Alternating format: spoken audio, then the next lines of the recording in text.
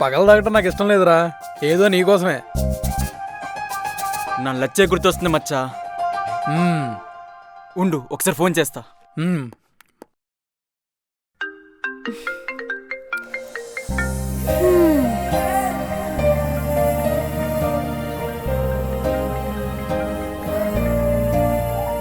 Hello,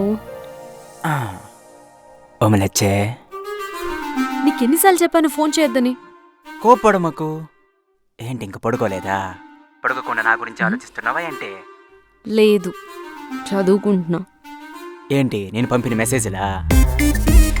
ఏయ్, phone పెట్టు. లచ్చి లచ్చి లచ్చి లచ్చి పెట్టేసింది మచ్చా. మ్మ్.